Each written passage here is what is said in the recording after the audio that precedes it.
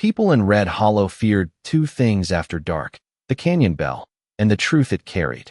Before we continue, tell me where you're watching from tonight. Somewhere out there, another lonely road is waiting. Clara Whitmore heard the bell at exactly 1:13 in the morning, the same way she had every night for the last 3 weeks. One slow ring drifting through the canyon wind like iron crying out in pain. Most folks in town pulled their blankets tighter when it happened. Some whispered prayers. Others pretended not to hear it at all. But Clara always listened. Because every time the bell rang, somebody in Red Hollow disappeared before sunrise. The station clock ticked softly behind her as she stood alone inside the tiny railroad office near the edge of town. Kerosene light flickered across the wooden walls, throwing long shadows that moved every time the desert wind pressed against the windows. Outside, the rails stretched east for miles through red dust and dead grass, vanishing into darkness beneath the cliffs.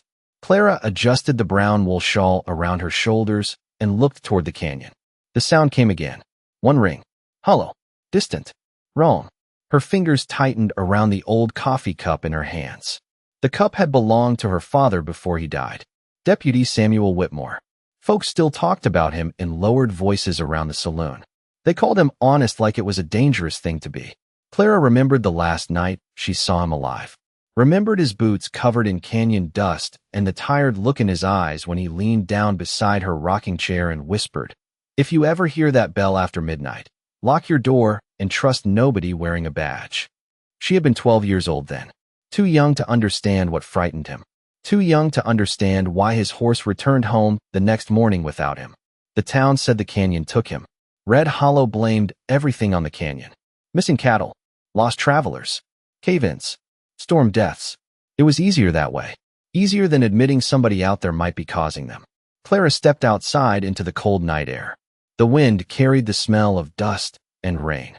Somewhere far off beyond the mesas. Above her, the moon hung pale over the canyon ridges, turning the rocks silver along their edges. The bell tower stood nearly half a mile north near the canyon entrance, black against the cliffs like the bones of something ancient. Nobody had worked that tower in over a decade. Not since the old night watchman disappeared during a winter storm. Yet somehow, the bell still rang. A horse snorted somewhere down the street. Clara glanced toward the saloon and spotted Sheriff Everett Boone stepping out onto the boardwalk, pulling on his gloves. Tall man, gray coat, silver badge catching moonlight. 2 deputies followed behind him carrying lanterns. They moved fast. Too fast for men out this late, unless something had gone wrong. Clara watched them head toward the canyon trail without speaking. Her stomach tightened. Another disappearance. Sheriff Boone noticed her standing near the station and slowed his steps just enough to call out, "Late night for you, Miss Whitmore." His voice sounded smooth, practiced, like a man careful with every word. Clara lifted her chin slightly. Bell rang again.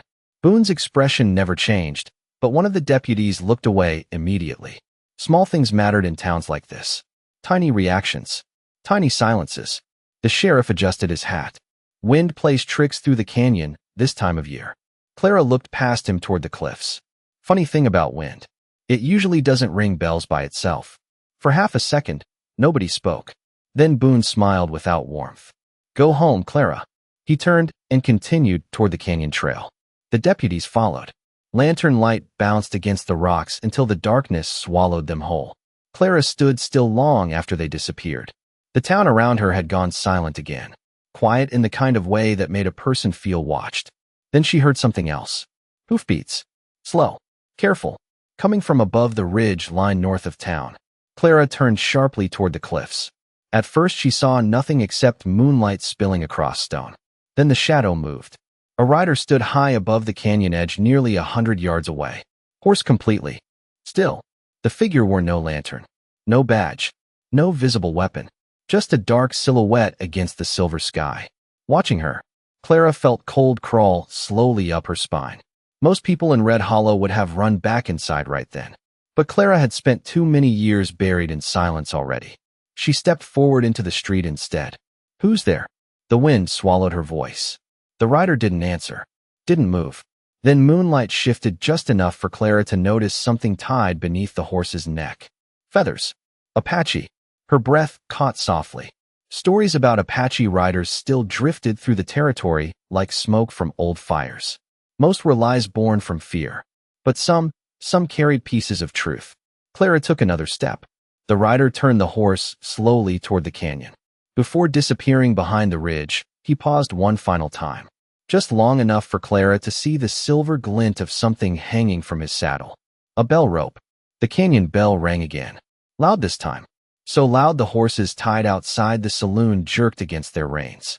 Clara froze where she stood, because suddenly she understood something that made her blood run cold beneath the desert wind. Somebody was still guarding Red Canyon after all. By sunrise, the whole town was pretending nothing had happened. That was how Red Hollow survived. Not with courage. Not with truth. Just silence. Clara Whitmore stood outside the train station, watching pale morning light spill across the canyon walls, while men swept dust from their porches like they could sweep away fear with it. The bell had rung 3 times before dawn. Nobody talked about it now. Nobody except old Miriam Pike near the church steps. The widow sat wrapped in a faded green blanket, staring toward the cliffs with cloudy eyes. Another one gone, she whispered as Clara passed. Clara slowed. Who? Miriam rubbed her shaking hands together. Tom Cutter. Clara stopped walking completely. Tom Cutter ran the general store beside the barber shop. Quiet man. Always smelled like pipe smoke and cedar wood. He had sold Clara flour only yesterday afternoon and complained about the heat. Maybe he left town, Clara said, though the words felt hollow the moment they left her mouth. Miriam gave a weak laugh, without humor. People leave towns, child. They do not leave boots behind. Clara felt her stomach tighten again. She turned toward Cutter's store immediately. Half the street had already gathered there by the time she arrived. Men stood with hats pulled low against the sun. Women whispered behind gloved hands. Sheriff Boone stood near the hitching post speaking quietly with his deputies while 2 ranch hands carried a wooden crate out of the store. Nobody looked Clara in the eye as she approached. That told her enough. The sheriff noticed her anyway. He always noticed her. Store is closed today, Boone said calmly. Clara glanced toward the open doorway behind him. One of the windows inside had shattered. What happened? She asked. Boone removed his gloves slowly. Mr. Cutter packed up and left during the night. Clara looked toward the crate being loaded onto the wagon. One boot stuck halfway from beneath the blanket covering it. Brown leather. Size 11. Tom Cutter's boots. Sheriff Boone followed her gaze for half a second before motioning for the ranch hands to move faster. Go home, Clara. She crossed her arms. You said the same thing last night. Boone stepped closer until only 3 feet separated them. The smell of tobacco and trail dust clung to his coat. And I meant it. His voice stayed calm, but his eyes had changed. Harder now. Tired. Like a man carrying something heavy too long. Clara noticed a fresh scrape along his knuckles. Canyon rock left marks like that. You went up there after the bell? She said quietly. Boone's jaw tightened, almost invisible. Deputies answer calls. Calls from who? The sheriff stared at her several long seconds while the crowd around them pretended not to listen. Then he leaned closer. Your father spent too much time chasing ghosts in that canyon. Clara felt heat rise into her chest. My father died chasing something real. Boone stepped back immediately. The street fell silent around them. Even the horses seemed still. For one brief moment, Clara thought the sheriff might actually say something honest. Instead, he adjusted his hat and walked away toward the jailhouse without another word. The crowd slowly scattered after that. Nobody wanted trouble. Red Hollow had become a town built around avoiding trouble, even when it stood directly in front of them. Clara remained outside the store until nearly noon. The shattered window reflected sunlight across the empty street, while hot wind rolled tumbleweeds against the boardwalks. Finally, she stepped closer to the doorway. The deputy guarding it had wandered toward the saloon for coffee. Bad habit. Clara slipped inside before anyone noticed. The smell hit her first. Cedar wood and spilled kerosene. Tom Cutter's shelves stood half empty, but nothing looked stolen. No overturned furniture. No signs of robbery. Just silence thick enough to press against her ears. Then she saw the floorboards behind the counter. Dust disturbed in a narrow trail leading toward the back room. Clara crouched slowly. Something metallic glimmered near the wall beneath a shelf. She reached down carefully and pulled it free. A silver pocket watch, cracked across the glass. The hands had stopped at exactly 1:13. Clara stared at it without breathing for a moment. Then she noticed the engraving beneath the dust. S.W. Samuel Whitmore. Her father's initials. The pocket watch slipped slightly in her trembling hand. He had carried this watch every day of her childhood. She remembered hearing its soft ticking beside her bed when storms rolled across the plains. Remembered him winding it beside the fireplace after supper. After his death, the watch had vanished along with half his belongings. And now it was here, inside Tom Cutter's store. Clara suddenly heard footsteps outside. She shoved the watch into her coat pocket just as voices drifted near the entrance. Sheriff says clear this place before sundown. Deputy Harris. Clara recognized the nasal voice instantly. Another man answered softly. You think she knows anything? Harris spat onto the floorboards outside. Girl asks too many questions. Same as her old man. Clara stayed perfectly still behind the shelves while the deputies moved past the doorway. Her heartbeat pounded so loud she thought they might hear it. After several seconds, the footsteps faded again toward the street. Clara finally exhaled slowly. Then she heard something else. Not outside. Inside the store. A faint scraping sound near the back wall. Clara turned sharply toward the storage room. Shadows stretched across stacked flour sacks and wooden barrels in the dim light. For half a second she saw movement between them. Human. Tall. Still. Clara's breath caught. Who was there?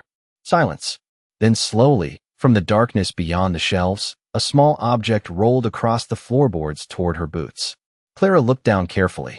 A carved wooden token stopped beside her foot.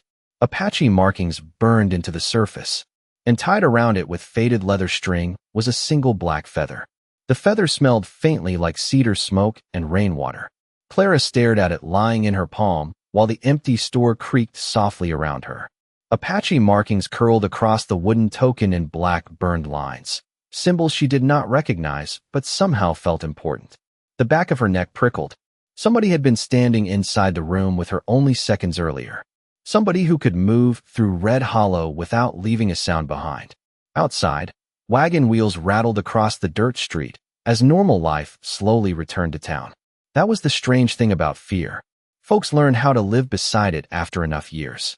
Clara slipped the token into her coat pocket beside her father's broken watch and stepped carefully toward the storage room. The air back there felt colder somehow. Thin strips of sunlight cut through gaps in the wooden walls, painting narrow gold lines across stacked crates and flour sacks. Dust drifted lazily in the beams. Nothing moved, but Clara could feel it. That strange sensation of entering a room moments after somebody else had left it. Near the back wall, she spotted fresh boot prints in the dust, smaller than a ranch hand's. Narrow, deep heel marks. Whoever had stood there had been watching her from the shadows the whole time. Clara crouched beside the tracks slowly. Then her eyes lifted toward the wall itself. Someone had carved words into the wood with a knife. Not deep. Careful. Hidden behind the crates where nobody would normally look. The bell tells the truth. Clara felt her heartbeat quicken. Her fingers brushed the letters gently. The carving looked old. Maybe years old. Suddenly voices echoed outside again. Louder this time. Clara arose immediately and slipped from the storage room just as Sheriff Boone entered through the front doorway with Deputy Harris behind him. Boone stopped cold when he saw her. I thought I told you to stay away from here. Clara kept her expression steady. I was checking on the supplies. Boone glanced around the store carefully. His eyes lingered a little too long on the backroom entrance. Find anything interesting? Clara shook her head once. Should I have? The sheriff studied her face in silence. He had the kind of eyes that always looked half tired and half suspicious. Like sleep had abandoned him years ago. Deputy Harris shifted nervously near the doorway. Sweat darkened the collar of his shirt despite the cool breeze outside. Clara noticed Harris glance toward the back room too. Not fear exactly. Guilt. Boone finally stepped aside. Go home, Miss Whitmore. Clara brushed past them calmly, but as she reached the doorway, Boone spoke again. Your father used to ask questions same as you. Clara paused, and Boone's voice lowered. Questions buried him. The street outside felt hotter now. The afternoon sun blazed high above the canyon cliffs while wind pushed red dust between the buildings in slow swirling clouds. Clara walked quickly toward her small house near the railroad tracks without looking back. She could feel eyes following her from windows and porches all across town. Red Hollow had become a place where people watched everything and said nothing. Her father's cabin sat alone near the edge of town beneath a crooked cottonwood tree. Paint peeling, roof sagging slightly from years of desert storms. Clara stepped onto the porch and unlocked the front door carefully. The smell of old pine wood greeted her immediately. Familiar. Safe. At least it used to feel safe. She set the token and pocket watch onto the kitchen table beneath the window. Sunlight caught the cracked glass of the watch. Face.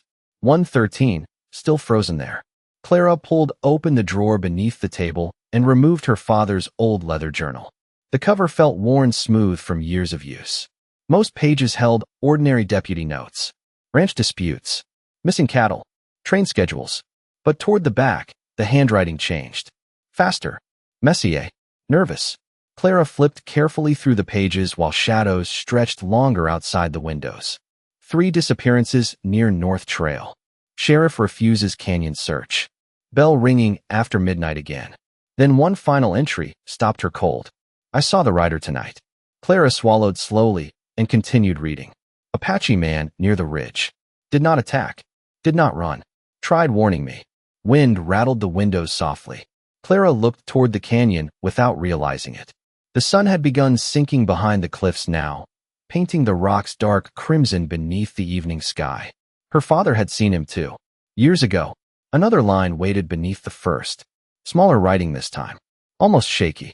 If anything happens to me, the truth is inside the canyon mine. Clara barely breathed. A sudden knock hit the front door hard enough to make her jump. 3 sharp knocks. Then silence. Clara closed the journal immediately and slipped it beneath the table just before opening the door. Miriam Pike stood outside wrapped in the same faded green blanket from earlier. But now her face looked pale beneath the sunset light. You need to leave town tonight, the old woman whispered immediately. Clara frowned. What are you talking about? Miriam glanced nervously toward the street behind her before stepping closer. People are talking about you. Sheriff Boone asked questions after you left the store. Clara crossed her arms. Why would he care what I am doing? The old woman's cloudy eyes filled with something close to fear. Because your father got close before he disappeared too. Wind rolled through the street, carrying distant thunder from somewhere beyond the mesas. Clara noticed Miriam trembling slightly. What did my father find in that canyon? She asked softly. Miriam looked toward the cliffs, toward the place everybody in town feared after. Dark. Not what? She whispered. Who? Before Clara could answer, the canyon bell rang again. One long hollow note drifting across red hollow beneath the dying sunlight. Both women froze. Somewhere far beyond the town, high above the canyon ridge, Clara spotted movement against the red cliffs. A lone rider watching from the shadows once more. Still, silent, waiting.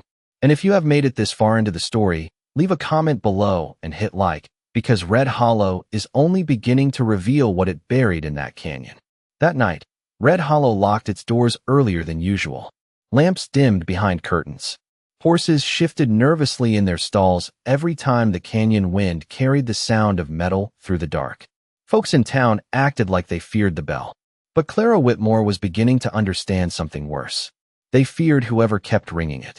Rain clouds rolled over the cliffs just after sundown, turning the sky dark blue above the mesas. Clara sat alone at her kitchen table, staring at her father's journal, while thunder rumbled low beyond the canyon. The Apache token rested beside the broken pocket watch under the glow of a kerosene lamp. She had read the final journal entries 3 times already, and each time the words felt heavier. The truth is inside the canyon mine. Her father had written that only 2 days before he disappeared. Clara leaned back slowly in her chair. The old cabin creaked softly around her. Wind pushed dust against the windows in dry little bursts. Somewhere outside, loose porch chains rattled against wood. Then came 3 slow knocks at the front door again. Clara froze. Not loud, not rushed, deliberate. She stood carefully and reached beneath the table for her father's revolver. The metal felt cold in her trembling hand. Who is it? She asked. Silence answered her. Clara moved closer to the door and slowly pulled it open. Nobody stood outside. Only darkness and wind moving through the cottonwood branches. But something rested on the porch floorboards near her boots. A lantern, old railroad style with cracked glass along one side. Clara recognized it immediately. Her father's canyon lantern. The same one. Recovered after his horse returned home riderless 12 years ago. Her breath caught in her throat. She crouched slowly and lifted the lantern by its handle. Something rattled softly inside. Clara opened the rusted compartment near the base and unfolded a small piece of paper hidden there. For words written in rough pencil. Midnight. North Canyon Trail. Thunder cracked above the cliffs hard enough to shake the windows behind her. Clara looked toward the ridge instinctively. The rider stood there again, nearly invisible beneath the storm clouds, watching her. Then lightning flashed bright white across the canyon sky, and the figure vanished completely. Midnight came with rain. Thin cold drops tapped against Clara's coat as she guided her horse carefully along the narrow north trail leading toward Red Canyon. The lantern swung softly from her saddle horn, casting weak yellow light across wet stone and desert brush. Every few yards the horse snorted nervously. Animals hated this canyon after dark. Maybe they sensed something people ignored. The cliffs rose higher around her as she rode deeper into the pass. Massive walls of red rock blocked most of the moonlight overhead, turning the trail into a narrow corridor of shadows and echoing wind. Clara could smell wet earth now mixed with sagebrush and cold stone. Somewhere far ahead, water dripped steadily from the canyon walls. Then the bell rang again. One long hollow note rolled through the canyon, so deep it seemed to vibrate beneath the horse's hooves. Clara tightened the reins immediately. Her horse stopped cold, ears pinned back toward the darkness ahead.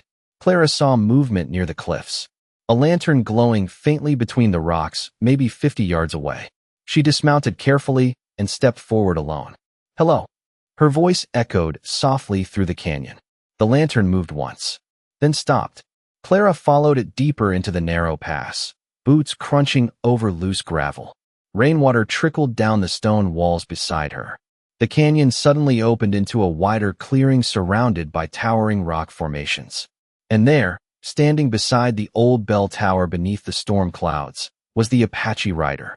He did not reach for a weapon, did not move at all. Tall, broad-shouldered, dark coat soaked by rain, long black hair tied behind his neck with leather strips. The horse beside him stood perfectly still despite the thunder overhead. Clara noticed the silver bell rope hanging from his saddle exactly like before. For several long seconds neither of them spoke.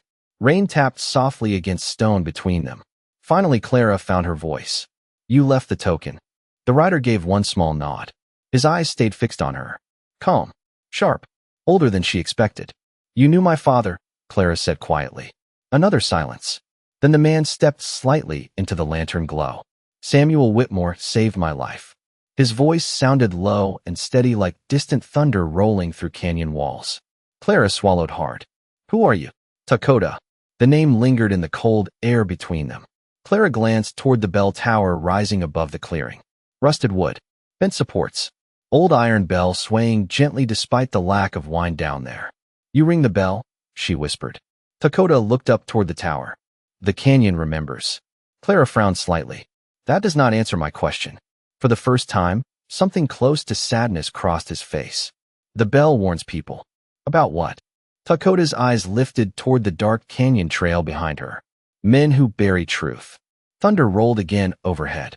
Clara stepped closer despite herself. Tom Cutter disappeared after the bell rang. Dakota nodded once, and others before him. What happened to them? Dakota remained silent long enough for Clara to feel the rain soaking through her coat completely. Finally he said, "Some truths cost more than gold." Clara felt frustration rise sharply inside her chest. "My father died because of this canyon, and everybody in town keeps speaking in riddles." Dakota studied her carefully beneath the lantern light. "Your father died because he stopped being afraid."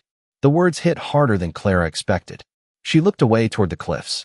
Rainwater rolled down the canyon walls in silver streams now. "Then tell me what he found." Dakota's expression darkened slightly. "Not here." Clara looked back at him immediately. "Why?"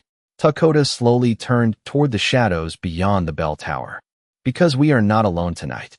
Clara heard the horse before she saw the light. Hoofbeats echoed somewhere high above the canyon walls, slow and careful against wet stone. Dakota stepped forward immediately and lowered the lantern flame with one quick motion until the clearing dimmed to a weak orange glow. Rain continued dripping from the bell tower overhead. "Stay behind the rocks," he said quietly. Clara frowned. "Who is it?" Dakota listened instead of answering.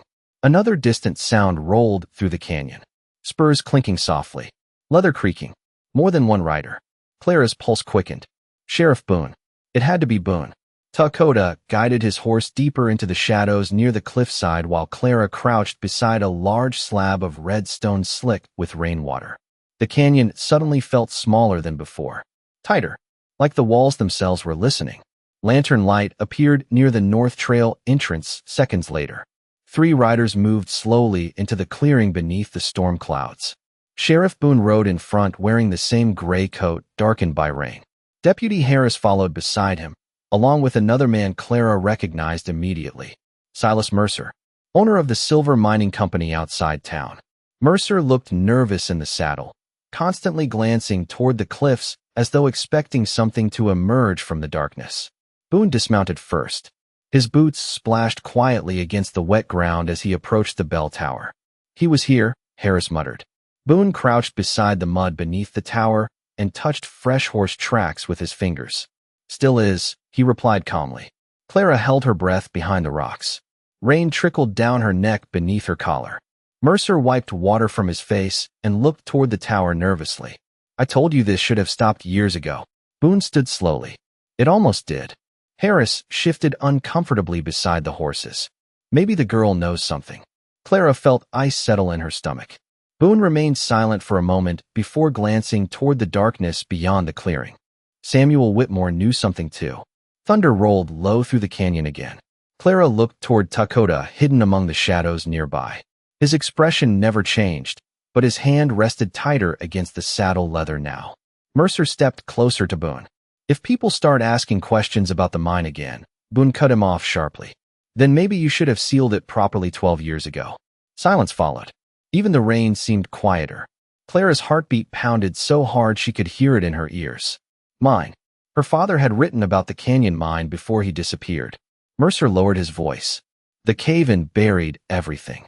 Boone stared at him coldly. Not everything. Harris suddenly looked toward the rocks where Clara hid.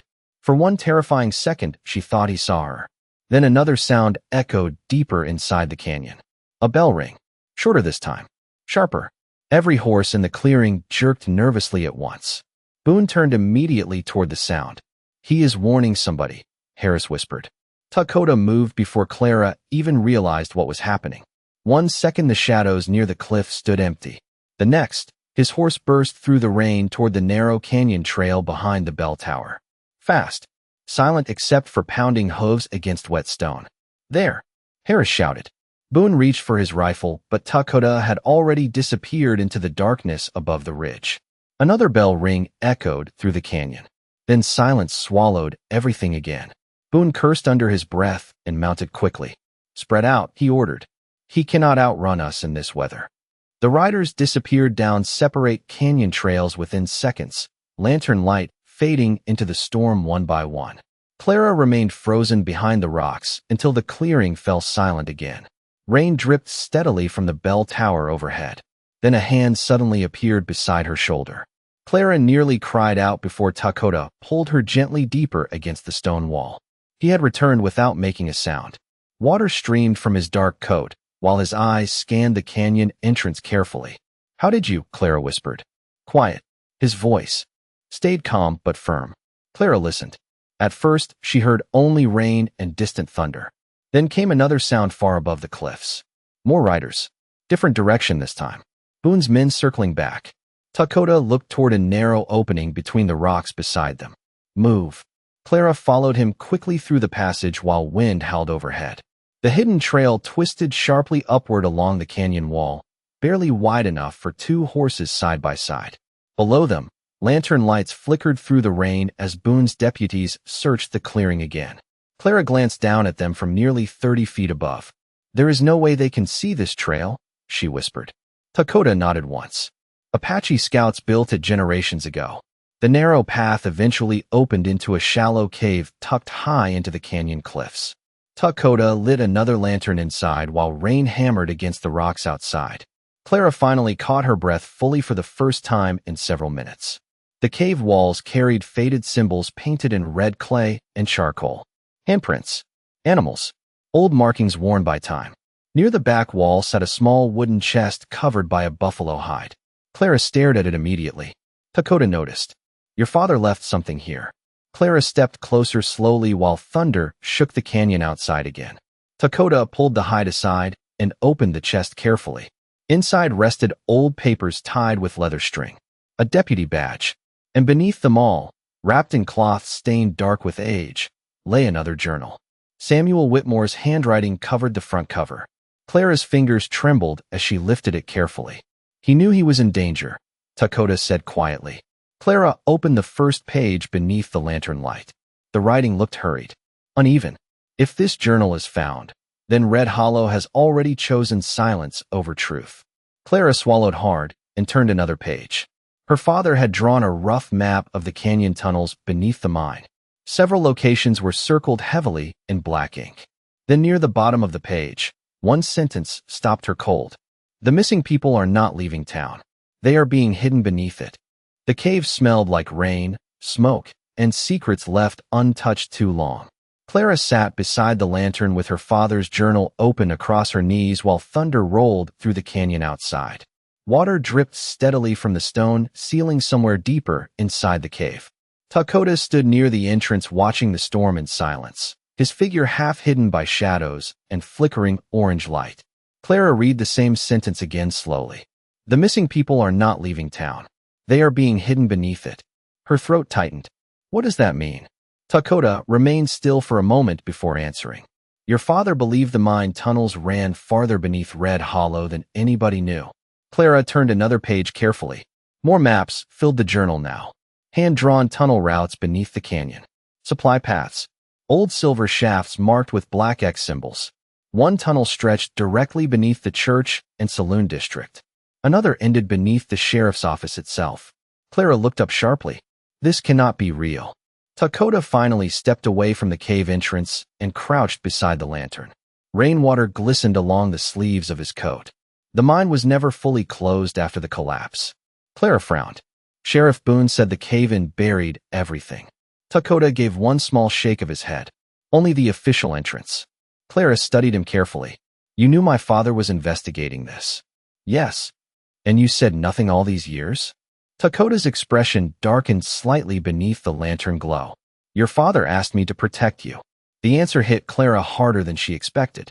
Wind howled outside the cave, opening while lightning flashed across the canyon walls below. Clara closed the journal slowly. Then why contact me now? Dakota looked toward the storm. Because they started disappearing again. Silence settled between them after that. Heavy silence. The kind carried only by old grief and unfinished truths. Clara's eyes drifted toward the deputy badge resting inside the chest beside her father's papers. Tarnished silver. Scratched edges. Samuel Whitmore. She remembered polishing that badge as a little girl. While her father drank coffee beside the stove before sunrise patrols. Remembered the smell of leather gloves drying near the fireplace. Remembered believing he could fix anything in the world just by showing up. He was close to exposing them. Was he not? She asked quietly. Dakota nodded once. Too close. Clara swallowed hard. Who else knew? Boone. Mercer. Yes. Another flash of lightning illuminated the cave entrance bright white for half a second. Clara stared toward the storm outside. And the people disappearing now? Dakota's eyes narrowed slightly. Most were workers from the old mining routes. Men who found tunnels they were never supposed to see. Clara thought about Tom Cutter's broken store window. His boots beneath the blanket. The fear inside Deputy Harris's eyes. Everything suddenly felt connected by invisible threads running beneath Red Hollow like roots underground. Then another thought struck her. The bell. Dakota looked toward the tower outside. What about it? You said it warns people. Dakota remained silent for a long moment before speaking. Long ago the night watchman rang the bell whenever storms or raiders approached the canyon trails. After the mine opened, Samuel used it differently. Clara frowned slightly. How? Dakota's voice lowered. To warn innocent people before the sheriff reached them first. Clara felt cold move slowly through her chest despite the lantern warmth. My father knew Boone was involved before he died. Dakota met her eyes directly now. Your father stopped trusting badges long before the town noticed. Thunder cracked sharply overhead. The lantern flame flickered violently. Outside the cave, Rain began easing into softer, steady drops against the stone. Clara opened the journal again and turned several more pages until she found a folded document hidden near the back cover. She carefully unfolded it beneath the lantern light. Her breath caught immediately. Names. Nearly 24 of them listed in faded ink. Dates beside each one. Some names had lines drawn through them. Others carried small marks beside the dates. Clara recognized several instantly. Tom Cutter, Elias Vane, Martha Bellamy. Townspeople who had vanished over the last 12 years without explanation. These are the missing people, she whispered. Dakota nodded slowly. Clara's eyes moved farther down the page until one name near the bottom froze her completely. Samuel Whitmore. No line crossed through it. No mark beside the date either. Just the name itself. Clara looked up sharply. What does this mean? Dakota's expression shifted for the first time since she met him. Not fear. Not sadness. Something closer to uncertainty. Your father believed some of them were still alive. The cave suddenly felt smaller around Clara. That is impossible. Dakota did not answer immediately. Instead, he reached into the wooden chest and removed a small object wrapped carefully in cloth. He handed it to Clara without speaking. Clara unfolded the fabric slowly. Inside rested a silver railroad button tarnished dark with age. Her pulse quickened immediately. She recognized it. Her father's old deputy coat carried missing buttons exactly like this one. Clara turned it over in her fingers. Fresh dirt still clung beneath the edges. Where did you find this? She asked softly. Dakota looked toward the canyon floor far below the cave, near the lower tunnel entrance. Clara's stomach tightened. Recently. Dakota nodded once. Lightning flashed again in the distance beyond the cliffs. Clara stared at the button in stunned silence, while questions crashed through her mind faster than she could control them. If her father died 12 years ago, how had his coat button appeared near the tunnels now? Unless Boone lied about what happened that night. Unless Samuel Whitmore never left the canyon at all. Wind drifted softly through the cave entrance, carrying the smell of wet stone and cedar smoke from somewhere below. Then faintly beneath the storm's fading echo, Clara heard another sound rising from deep inside the canyon. Metal scraping against rock. Slow. Rhythmic. Like an old mine elevator moving somewhere underground. Dakota stepped toward the entrance immediately. His eyes sharpened toward the darkness below the cliffs. They are moving tonight, he said quietly. Clara rose beside him, gripping the silver button tightly in her hand. Far below the canyon floor, hidden beneath layers of stone and silence, tiny lantern lights were beginning to move through the darkness like ghosts waking beneath Red Hollow. And truly, thank you for staying with this story this far into the canyon shadows. The lights beneath the canyon moved like stars trapped underground. Clara stood at the cave entrance beside Dakota while cold wind drifted upward from the darkness below. Tiny lantern glows shifted slowly through cracks in the rocks far beneath the cliffs, disappearing and reappearing behind layers of stone. The sound came again, metal grinding somewhere deep underground. Old machinery waking after years of silence. Clara tightened her grip on her father's silver button. Those are mine tunnels, she whispered. Dakota nodded once. Old transport routes. Clara looked toward him sharply. You mean people are still working down there? At night. Rainwater dripped steadily from the canyon walls around them. Far below, one of the lanterns suddenly vanished behind a ridge. Another continued moving north beneath the cliffs toward the edge of town. Clara's chest tightened slowly as realization settled in. The tunnels run beneath Red Hollow. Dakota remained silent. He did not need to answer. Clara could already see the truth taking shape inside her mind. Missing townspeople. Secret tunnels. Sheriff Boone controlling who entered and who disappeared. Her father uncovering something large enough to frighten powerful men. Another rumble echoed underground beneath their feet. Clara stepped back instinctively. Dust drifted from the cave ceiling in soft little clouds. Dakota grabbed the lantern immediately. We move now. Clara followed him through the narrow canyon path above the cliffs, while storm clouds slowly broke apart overhead. Moonlight spilled silver across the wet rocks now, turning the canyon floor pale beneath them. The hidden trail twisted sharply downward through cracks in the stone until they reached a narrow ledge overlooking the lower canyon basin. Dakota extinguished the lantern completely. Stay low, he whispered. Clara crouched beside him near the cliff edge. From there, She could finally see the lower mining grounds clearly. Old wooden structures leaned against the canyon walls below. Rusted rails disappeared into black tunnel mouths carved directly into the rock. Most of the buildings looked abandoned from above. But tonight several lanterns glowed faintly between them. Men moved through the shadows carrying crates toward one of the tunnel entrances. Clara counted 4, maybe 5. She recognized Sheriff Boone immediately by the shape of his gray coat beneath the lantern light. Silas Mercer stood beside him arguing quietly while 2 workers loaded another crate onto a rail cart. Clara narrowed her eyes. What are they moving? Dakota studied the activity below. Records, supplies, anything tying them to the tunnels. Clara frowned. Because they know somebody is investigating again. Dakota glanced toward her. Because they know you are. Wind swept softly across the canyon ledge, carrying the smell of wet cedar and coal smoke from below. Clara watched Boone carefully. The sheriff moved differently tonight. Nervous, constantly looking toward the tunnel entrance like a man waiting for something bad to emerge.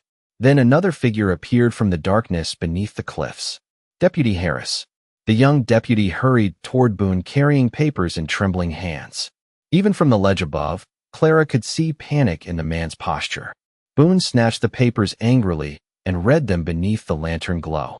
Mercer stepped closer immediately. The sheriff spoke sharply. Mercer's face lost color almost instantly. What happened? Clara whispered. Dakota remained focused on the scene below. Something went wrong. Then suddenly another sound rolled through the canyon.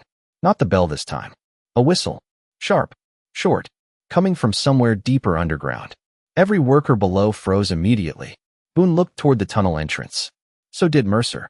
The silence that followed felt wrong somehow. Heavy. Waiting. Clara held her breath. One of the workers backed slowly away from the tunnel mouth. Another lantern disappeared inside the darkness beneath the cliffs. Then somebody emerged from the tunnel. Not Boone's men. A tall older man. Wearing torn mining clothes covered in dust and mud. His beard hung gray against his chest. His movements looked weak but desperate. Clara stared in disbelief. Who was that? Dakota's expression hardened. One of the missing. The old man stumbled forward into the lantern light below. Boone moved immediately toward him while Harris stepped back in shock. Even Mercer looked terrified now. Clara could not hear their words from the cliff, but she saw the older man pointing frantically toward the tunnel behind him. Then he looked upward toward the canyon walls. Toward freedom. Toward the night sky above Red Hollow. Boone grabbed the man's arm roughly. The old miner collapsed to his knees from exhaustion. Clara's heart pounded violently now. Her father had been right. The missing people had never left town. They had been hidden beneath it all along. Dakota suddenly grabbed Clara's shoulder. Down. Lantern lights swept across the upper cliffs below them. One of Boone's men had spotted movement above. Clara pressed herself flat against the rocks while voices echoed faintly from the basin below. Boone looked upward sharply. Dakota remained perfectly still beside her. Wind hissed through the canyon cracks. Seconds passed painfully slow. Then another bell ring shattered the silence above the canyon. Loud. Deep. Echoing off every wall of red stone. The horses below panicked immediately. Workers shouted. Lanterns swung wildly through the darkness. Clara looked toward Dakota in shock. You did not ring it. Dakota's eyes narrowed toward the bell tower far above the basin. No. Another bell ring thundered across the canyon. Longer this time. Stronger. Boone spun toward the upper cliffs searching for the source, while Mercer shouted at the workers below. Panic spread through the basin instantly. The old miner used the confusion to pull away from Boone and disappear between the shadows near the rail carts. Harris stumbled backward near the tunnel entrance, staring upward toward the unseen bell tower like he had seen a ghost. Then came the third bell strike. Massive. Heavy. Powerful enough to silence the entire canyon. Even the wind seemed to stop after it. Clara slowly looked toward Dakota beside her. For the first time since meeting him, she saw genuine uncertainty in his eyes. Because somebody else was ringing the canyon bell tonight. The third bell strike echoed through Red Canyon like the voice of somebody who refused to stay buried. Below the cliffs, panic spread across the mining basin faster than wildfire through dry grass. Workers abandoned crates. Horses jerked against their reins. Sheriff Boone stood frozen beside the tunnel entrance staring toward the unseen tower above, his face pale beneath the lantern glow. Clara pressed herself lower against the wet canyon rocks beside Dakota while cold wind swept across the ridge. If you did not ring it, she whispered. Then who did? Dakota never answered. His eyes stayed locked on the basin below. Another whistle sounded from inside the tunnel system beneath the cliffs. Different this time. Urgent. Boone suddenly grabbed Deputy Harris by the collar and barked an order Clara could not hear from above. Harris hesitated only a second before hurrying toward the rail carts near the tunnel entrance. Mercer looked ready to collapse where he stood. The old miner who escaped moments earlier had vanished completely into the darkness. Then another sound drifted through the canyon. Footsteps behind them. Clara spun sharply. A figure stood near the narrow trail entrance above the ridge, half hidden beneath shadows and moonlight. Older man. Thin. Long gray coat, soaked by rain. For one impossible moment, Clara stopped breathing entirely. Samuel Whitmore's deputy hat rested on the stranger's head. Dakota rose slowly beside her. Not surprised. Not frightened. Careful. The older man stepped closer into the silver moonlight. Clara saw immediately it was not her father. But the resemblance still struck hard enough to make her chest ache. Same weathered jawline. Same steady eyes. Same deputy coat style from years ago. The man removed the hat slowly. You should not have brought her here, he said quietly to Dakota. His voice sounded rough from age and dust. Dakota remained calm. She was already searching. The older man looked toward Clara fully now. You are Samuel's daughter. Clara stood carefully. Who are you? The stranger glanced down toward the basin below, where Boone's men scrambled beneath the lantern lights. Name is Elias Grayson. Clara's eyes widened slightly. She recognized the name instantly from her father's journal. Elias Grayson had disappeared nearly 11 years ago after supervising tunnel repairs beneath the canyon mine. Red Hollow believed he died during the collapse. That is impossible, Clara whispered. Elias gave a tired smile without humor. That town buried me long before the canyon did. Wind hissed softly across the cliffs around them. Clara stared at him in disbelief. You are alive. Elias looked back toward the basin below. Some of us survived because your father refused to stop digging for truth. Another bell ring rolled through the canyon above them. Lower now. Slower. Elias lifted his eyes toward the tower hidden beyond the ridge. He is early tonight. Clara frowned. Who? But before Elias could answer, lantern light suddenly swept across the upper cliffs below them. Boone's men had begun climbing the ridge trail. Dakota moved immediately. We leave now. Elias nodded sharply and led them through a narrow crack in the canyon wall barely visible beneath the rocks. Clara followed close behind while distant voices echoed below. The hidden passage twisted downward through cool stone corridors smelling of wet earth and old smoke. Clara realized quickly these were not natural cave tunnels. Wooden support beams lined the walls every few yards. Rusted mining rails disappeared deeper underground beneath layers of dust. These tunnels run beneath the town, Elias whispered while guiding them forward with a small lantern. Most people in Red Hollow walk over them every day without knowing. Clara's heartbeat quickened. Somewhere behind them, Boone's deputies shouted faintly near the upper ridge. Dakota paused briefly to scatter loose rocks across the narrow entrance before continuing deeper underground. The passage eventually widened into a larger chamber supported by thick timber beams blackened by age. Old mining tools hung forgotten along the walls. Blankets covered one corner beside stacked canned food and water barrels. Clara looked around slowly. People live down here. Elias nodded once. People hiding from Boone. Clara's mind raced. The missing townspeople? Some. Elias removed his soaked coat and sat heavily beside an old wooden table. The lantern light revealed deep exhaustion across his face now. Years underground had carved shadows beneath his eyes. Your father helped several escape before Boone discovered the routes. Clara stepped closer immediately. Then my father really was here after everyone believed he died. Elias hesitated. Dakota lowered his eyes slightly toward the floor. Clara felt fear tighten slowly inside her chest. What happened to him? Silence filled the chamber except for dripping water deeper in the tunnels. Finally, Elias spoke softly. Samuel came here 12 years ago trying to expose Mercer and Boone. Clara waited. Elias rubbed tired hands across his beard before continuing. He discovered workers trapped beneath the collapsed mine. Men Mercer abandoned after finding silver deeper in the canyon walls. Boone helped keep it quiet. Clara stared at him in disbelief. They left people underground. Elias nodded once. Your father refused to walk away. Clara's throat tightened painfully now. Did he survive? Elias looked toward Dakota instead of answering. Dakota stepped beside Clara quietly. Samuel stayed behind so others could escape. Clara's eyes filled immediately. Stayed behind where? Dakota met her gaze directly for the first time since entering the tunnels. Inside the lower shaft. The chamber suddenly felt colder around her. Clara shook her head slowly. No. Elias leaned forward heavily. Your father saved 14 people that night. Men Boone planned to bury with the mine forever. Clara stared at the lantern flame flickering beside the table while emotions twisted painfully inside her chest. Anger, grief, confusion, hope. Then why did Boone say the canyon killed him? Dakota answered quietly. Because men like Boone survive by controlling the story. Silence settled again. Then faintly through the tunnel walls, Clara heard something distant echoing beneath the earth. A bell.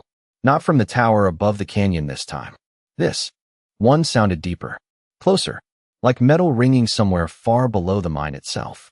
Elias slowly lifted his head toward the sound. His expression darkened immediately. That bell has not rung in years. Clara looked toward the black tunnel stretching deeper underground. What does it mean? Elias swallowed hard. It means somebody just opened the lower shaft. The sound of the lower bell did not belong underground. It echoed through the tunnel walls slow and heavy, like iron striking from the bottom of the earth itself. Clara stood frozen beside the lantern table while the distant ringing rolled through the abandoned mine shafts beneath Red Hollow. Elias Grayson slowly rose from his chair, every movement carrying the stiffness of a man who had spent too many years hiding beneath stone. Dakota stepped toward the dark tunnel entrance immediately, his eyes narrowing into the shadows ahead. Nobody touches the lower shaft, Elias whispered. Not unless they know what is buried there. Clara looked between them. You said my father stayed behind in those tunnels 12 years ago. Elias nodded slowly. The lower shaft collapsed after the cave-in. Then how can somebody open it now? Dakota answered quietly without turning around. Because somebody wants what Samuel protected. Another deep bell strike echoed beneath the earth. Dust drifted softly from the timber beams overhead. Somewhere farther down the tunnel system, old machinery groaned awake for the first time in years. Clara felt her pulse quicken. The deeper bell sounded different from the canyon tower above. Older somehow. Forgotten. Like a warning left buried too long underground. Dakota picked up a lantern from the wall and checked the oil level quickly. We move before Boone reaches the lower tunnels first. Clara stepped toward him immediately. Then Boone knows about the shaft. Elias gave a tired laugh without humor. Sheriff Boone knows every secret under this town. Wind hissed faintly through cracks in the stone while the three of them entered the deeper passage beneath the chamber. The air changed almost immediately. Colder. Thicker. Clara could smell damp earth and coal dust mixed with something metallic lingering beneath it all. The tunnel narrowed sharply, forcing them to walk single file beside rusted rail tracks disappearing into darkness ahead. Dakota led with the lantern held low while Elias followed behind Clara carefully. Water dripped steadily from the ceiling above. Every sound echoed strangely down there. Footsteps. Breathing. The creak of old timber beams holding back thousands of tons of canyon rock overhead. Clara tightened her grip around her father's silver button inside her coat pocket. How many people escaped the collapse with my father? She asked softly. Elias stared ahead into the darkness. 14. And the others? Silence answered first. Then Elias finally spoke. Mercer sealed the tunnel before the rescue finished. Clara felt cold anger rise slowly inside her chest. He trapped workers down here. Silver made powerful men impatient, Elias said quietly. Samuel tried stopping them after discovering miners were being forced deeper into unstable tunnels. Dakota glanced back briefly. Boone chose Mercer's money over innocent lives. Another low rumble echoed somewhere ahead. Not thunder this time. Movement. The tunnel rails vibrated faintly beneath Clara's boots. Dakota extinguished the lantern instantly. Darkness swallowed them whole. Clara stopped breathing for a moment. Then faintly around the bend ahead, another light appeared moving slowly through the tunnel toward them. Lantern glow. Voices drifted through the darkness seconds later. Men approaching. Dakota motioned silently toward a narrow gap between the rock wall and collapsed support beams. Clara squeezed inside beside Elias while Dakota melted against the shadows near the tunnel ceiling. The approaching voices grew clearer. Deputy Harris spoke first. Nervous. Breathless. I still think this is a mistake. Boone answered sharply. You think too much lately. Clara pressed herself deeper against the stone as their lantern light swept across the tunnel walls. Sheriff Boone and 2 deputies moved slowly along the tracks, carrying rifles and mining tools. Mercer followed behind them, sweating heavily despite the cold underground air. If somebody opened the lower shaft, Mercer muttered. Then they found the records. Boone stopped walking. His lantern cast long shadows across the wet stone walls. Then we recover them before sunrise. Harris hesitated. And if Whitmore's girl already knows? Boone's expression hardened instantly beneath the lantern light. Then she inherited her father's worst habit. Clara felt her jaw tighten. Boone looked deeper into the tunnel ahead. Samuel should have walked away 12 years ago. Mercer shook his head nervously. You said he died in the collapse. Boone remained silent long enough for the tunnel itself to feel colder. Finally, he answered quietly. I said what the town needed to hear. Clara's heart pounded violently now. Dakota remained perfectly still above the shadows, watching every movement below. Boone continued forward slowly along the tracks. Nobody leaves these tunnels alive if they know what is hidden beneath Red Hollow. The men disappeared deeper into the darkness ahead, lantern light fading around the bend until silence returned once more. Clara exhaled shakily. Elias lowered his eyes toward the tracks. He was not always like this. Dakota stepped back onto the rails silently. Power changes men faster than war. Clara emerged from the shadows slowly. Boone knows the records still exist. Dakota nodded once. Which means Samuel hid them well. They continued deeper underground after the sheriff's group vanished ahead. The tunnel sloped downward steadily, now beneath layers of ancient stone. Clara noticed old markings painted along the walls every few yards. Apache symbols mixed beside faded mining warnings. Dakota touched one symbol carefully while passing. Your father placed these. Clara looked closer. What do they mean? Safe path. The tunnel eventually opened into a massive underground chamber supported by enormous timber beams blackened with age. Rusted carts sat abandoned beside collapsed rails covered in dust. At the far end of the cavern stood a huge iron gate hanging partially open beneath a cracked sign reading lower shaft access. Clara stared upward in awe. The ceiling disappeared nearly 50 feet above into darkness where water dripped from hanging rock. Formations like frozen rain. Then she noticed something else near the gate. Fresh footprints in the dust. Several sets. Boone's men had already passed through. But another set moved in the opposite direction, barely visible beside the rails leading deeper into the lower shaft. Smaller footprints. Older boots. Elias suddenly stopped walking completely. His lantern trembled slightly in his hand. Clara followed his gaze toward the wall beside the gate. Someone had carved words into the stone recently with a mining pick. For simple words. Samuel was here alive. The words carved into the stone looked fresh enough to still hold dust around their edges. Clara stood motionless before the iron gate staring at them, while cold air drifted upward from the lower shaft beneath Red Canyon. Samuel was here alive. For simple words. Yet they shattered 12 years of silence inside her chest. Elias Grayson slowly removed his hat and lowered his eyes toward the floor. Dakota remained still beside the rails, watching the darkness beyond the gate with the alert calm of a man who trusted shadows more than sunlight. Clara stepped closer to the carved message carefully. Her fingertips brushed the rough stone around the letters. Not old. Not weathered. Recent.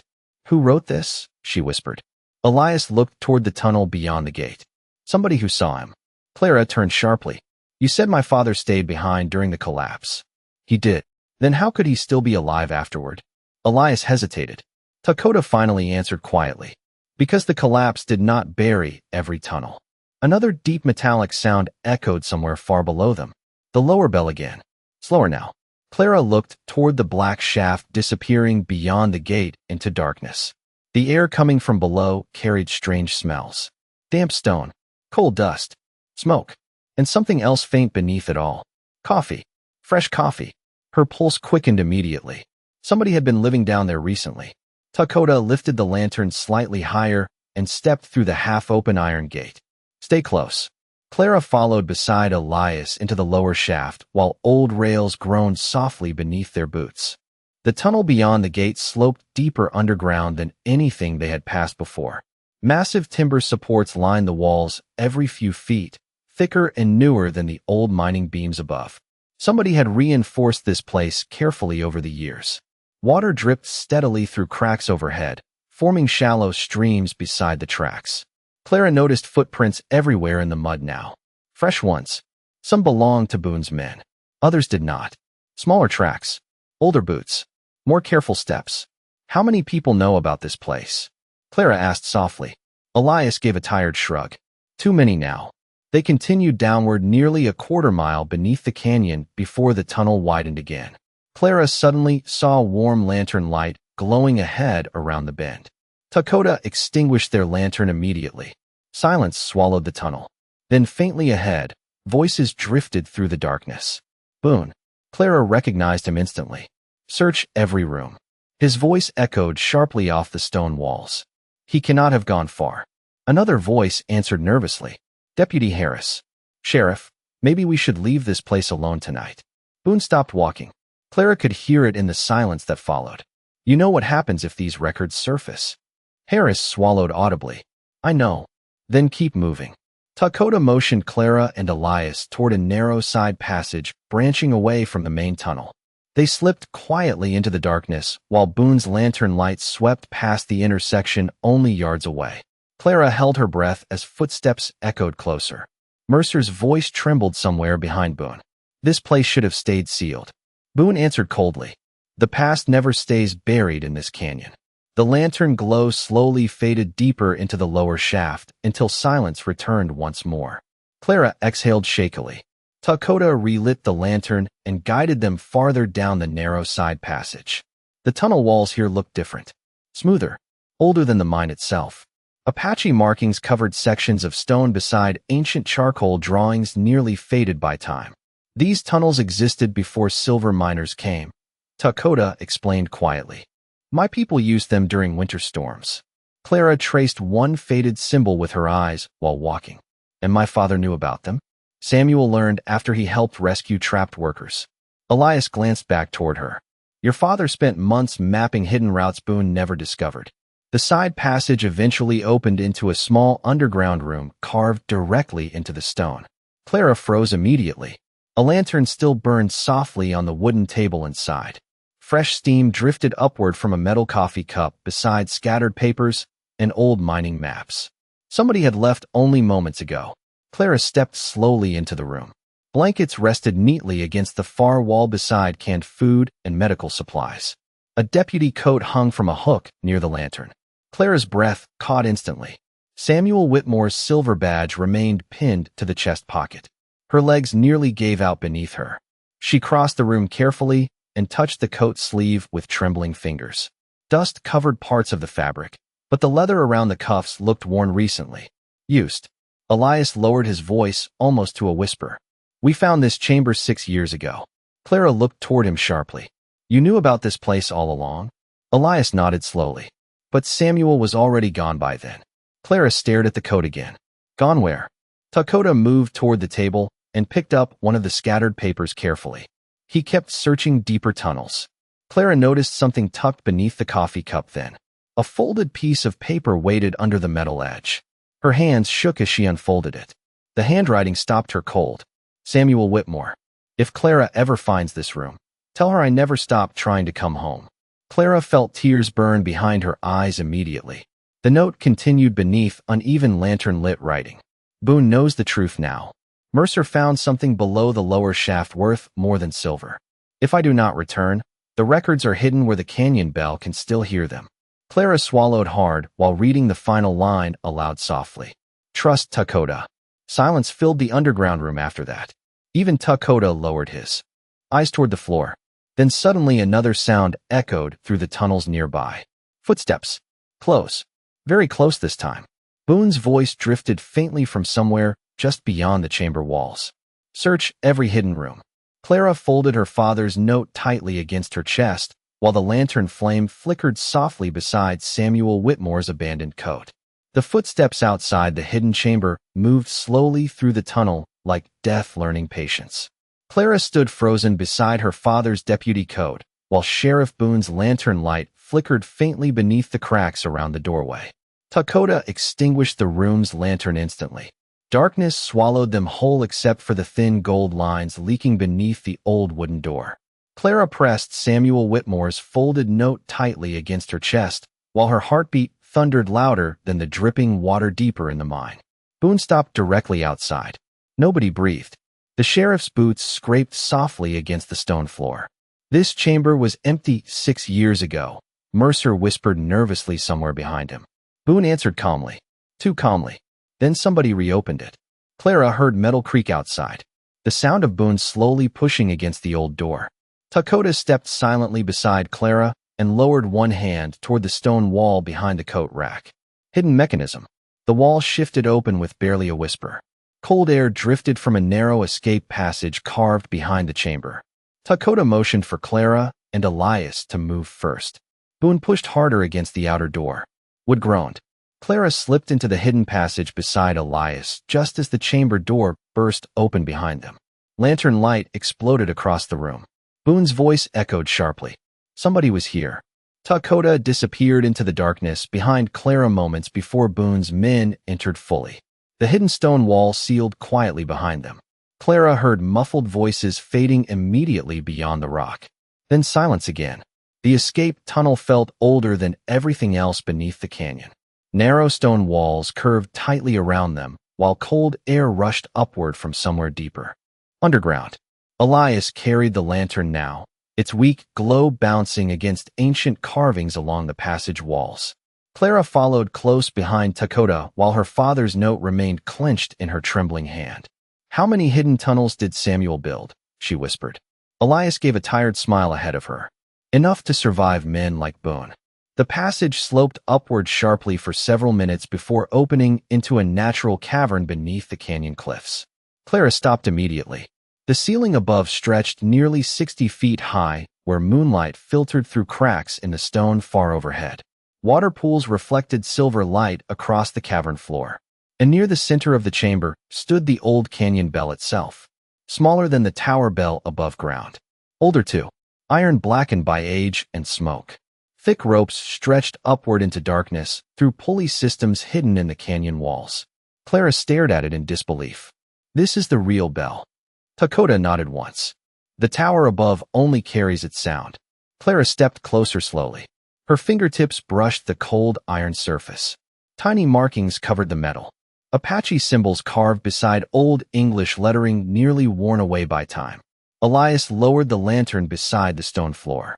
Long before Red Hollow existed, Apache scouts used this bell system to warn canyon tribes during floods and attacks. Clara looked upward toward the hidden ropes vanishing through the rocks above. And Samuel used it to warn people about Boone. Dakota's eyes lowered. Yes. Clara noticed something else, near the base of the bell. Fresh boot prints in the dust. Newer than theirs. Somebody had been here recently. Very recently. Dakota saw them too. His expression sharpened immediately. We are not alone. Then a voice drifted softly from the shadows across the cavern. No, you are not. Clara spun instantly toward the darkness near the far wall. A man stepped slowly into the moonlight beside the underground stream. Tall, thin, gray beard, torn mining coat covered in years of dust and stone. Clara's breath vanished completely. Samuel Whitmore stood before her alive. For several seconds nobody moved. The underground bell creaked softly overhead while water dripped through the cavern around them. Clara stared at the man's face, unable to breathe. Older now, thinner, deep lines carved across his weathered skin. But the eyes remained exactly the same. Calm, kind, steady. Her father lowered his gaze slightly when he saw her, like a man carrying 12 years of sorrow in silence. Clara, he whispered softly. Her legs nearly gave out beneath her. No. Tears filled her eyes instantly. Samuel stepped closer into the pale cavern light. You should not have come here. Clara shook her head slowly in disbelief. They said you died.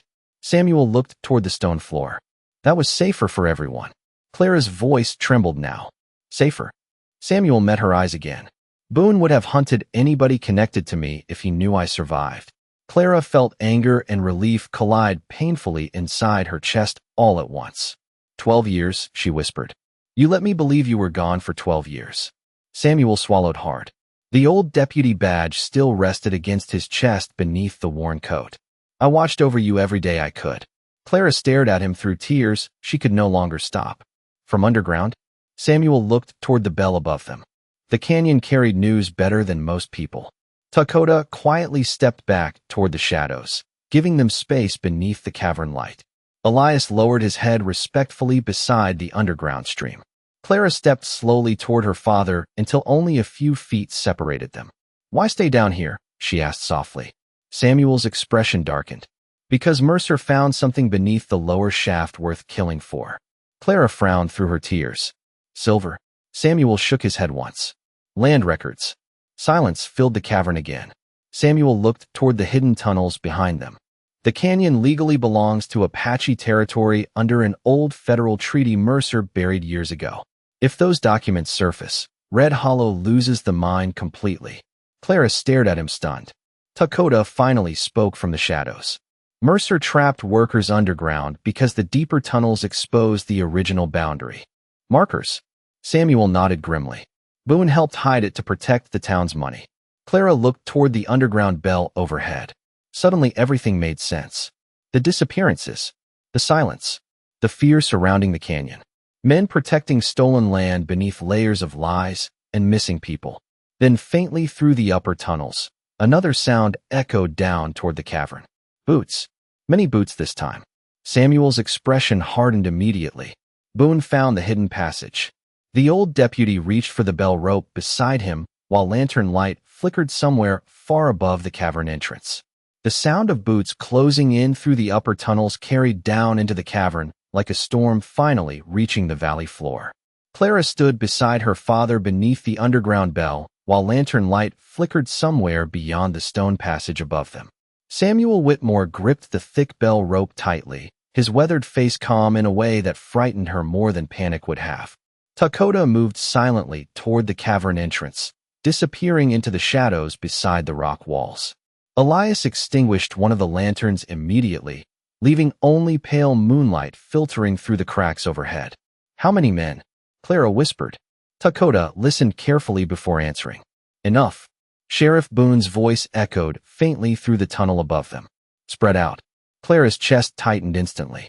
After 12 years buried beneath lies and stone, the truth was finally standing in the open. And Sheriff Boone was close enough to touch it. Samuel looked toward Clara quietly. There is still time for you to leave. Clara stared at him in disbelief. I spent 12 years mourning you. Her voice trembled harder now. I am not leaving again. Something shifted in Samuel's expression then. Pride mixed with regret. The kind only fathers carry when daughters grow stronger without them. Another lantern glow appeared near the upper tunnel entrance. Boone's men were almost inside the cavern now. Samuel turned toward Elias quickly. Take the records through the east passage. Elias hesitated. And you? Samuel looked up toward the underground bell, hanging above the cavern floor. I finished what started here. Clara stepped closer immediately. No, Samuel lowered his voice. Clara, listen to me carefully. The old deputy reached inside his coat and removed a folded packet wrapped in oilcloth. Thick papers tied with leather cord. These are the original federal land records Mercer buried. Clara took them slowly with trembling hands. Proof the canyon belongs to Apache territory. Samuel nodded once. Boone protected Mercer because the mine made Red Hollow rich. If the town learns the truth, everything changes. Clara tightened her grip on the documents. Then we show them. Samuel gave a tired smile. That is exactly what scares Boone. The sound of footsteps suddenly echoed into the cavern entrance. Lantern light spilled across the upper rocks above them. Boone had arrived. Dakota stepped back from the shadows beside the tunnel wall, calm and silent beneath the pale cavern light. Sheriff Boone froze the moment he saw Samuel standing beneath the underground bell. For several seconds nobody spoke. Even Boone's deputies looked stunned. Deputy Harris lowered his lantern slightly, like he had seen a ghost walk out of the canyon itself. Boone stared at Samuel Whitmore across the cavern floor with exhaustion carved deep into his face. 12 years, Boone said quietly. Samuel met his eyes evenly. Long time to carry a lie. Boone stepped farther into the cavern while his men spread carefully along the walls behind him. Mercer appeared near the back of the group moments later and nearly collapsed when he saw Samuel alive beneath the bell. Impossible, Mercer whispered. Samuel looked toward him coldly. You buried men alive for silver. Mercer shook visibly beneath the lantern light. That mine built this town. Dakota's voice finally broke the silence. On stolen land. Boone's jaw tightened immediately. Clara stepped beside her father, holding the oilcloth records tightly against her chest. We found the treaty documents. Every deputy in the cavern looked toward Boone after that. The sheriff lowered his eyes briefly. Not fear this time. Defeat.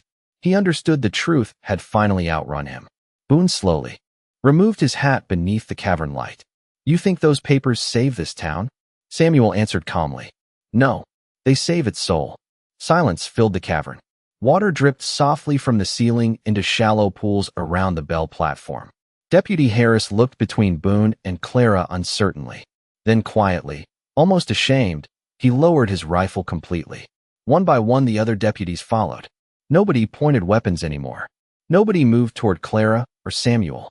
The canyon itself seemed tired of carrying fear. Mercer noticed immediately. What are you doing? He snapped nervously. Arrest them. But nobody moved. Boone stared toward his own men and realized the same thing Clara suddenly understood. His power had never come from guns. It came from silence. And silence was finally breaking. Mercer backed away slowly toward the tunnel entrance. You cannot destroy everything over old papers. Samuel stepped forward beneath the bell. Men disappeared because of those papers. Clara's voice rose quietly but firmly beside him. Families spent years believing their loved ones abandoned them. Dakota moved closer into the moonlight beside Samuel. Apache families lost land promised by treaty. Boone closed his eyes briefly like a man too tired to keep fighting ghosts. Then finally he looked toward Clara. Your father wanted Red Hollow to become better than this. Clara held the records tighter. Then help us tell the truth. The sheriff looked around the cavern slowly. Toward the deputies lowering their heads in shame. Toward Mercer trembling beside the tunnel wall. Toward Samuel Whitmore standing alive beneath the bell after 12 years buried by lies. Boone exhaled deeply and removed the silver badge from his coat. The sound of metal leaving leather echoed softly through the cavern. He looked at it for one long moment before placing it quietly onto the stone beside the underground bell. Nobody spoke. Nobody needed to. Because sometimes justice arrives without gunfire. Sometimes it arrives with a tired man finally setting down the weight he carried too long. Mercer stared in disbelief. You are surrendering? Boone looked toward him coldly. No, he glanced. Toward Clara and Samuel. I am done hiding. Above them, somewhere beyond the canyon cliffs, the morning wind began moving through Red Hollow for the first time before sunrise. And deep beneath the earth, the old underground bell rang once more. Not like a warning this time. Like a burden finally lifting from the canyon walls. By the time the sun rose over Red Canyon, the wind felt different. Softer somehow. Like the land itself had finally exhaled after holding its breath for too many years. Red Hollow woke slowly that morning beneath pale gold light spilling across the cliffs. Store owners opened their shutters in silence. Ranchers paused beside water troughs staring toward the canyon trails. And for the first time in over a decade, the bell rang after sunrise. One deep, steady note rolling across the town beneath the morning sky. Not a warning this time. A truth. Clara Whitmore stood outside the sheriff's office wrapped in her father's old deputy coat, while townspeople gathered along the dusty street one by one. Sheriff Boone sat quietly on the wooden steps nearby without his badge, hands resting against his knees, looking older than he had only hours before. Deputy Harris remained beside him, silent and pale beneath the morning light. Nobody in town shouted. Nobody argued. That was the strange thing about truth when it finally arrived. Most people already recognized it deep down long before words ever reached them. Elias Grayson stood near the edge of the crowd beside several miners who had emerged from the hidden tunnels before dawn. Men Red Hollow believed dead for years. Some looked older. Some looked broken by time underground. But alive all the same. Wives cried quietly into trembling hands. Children stared at fathers they barely remembered. The town that once buried silence beneath fear now stood face to face with it under open daylight. Clara looked down at the federal land documents resting carefully inside her hands. The papers had already begun changing everything. Federal marshals from the territory capital would arrive within days after Boone finally sent the telegram himself just before sunrise. Mercer disappeared sometime during the night. Most believed he fled west before dawn. Nobody chased him. Red Hollow had spent too many years chasing the wrong things already. Samuel Whitmore stepped from the church doorway slowly as whispers moved through the crowd around him. Some people removed their hats immediately. Others simply stared in disbelief. 12 years buried beneath rumors and ghost stories. And now he stood alive beneath the same canyon sky that once swallowed him whole. Clara watched him quietly. The years had carved deep lines into her father's face. But something lighter rested there now too. Relief. Samuel noticed her standing beside the sheriff's office and walked toward her through the silent crowd. Neither spoke immediately.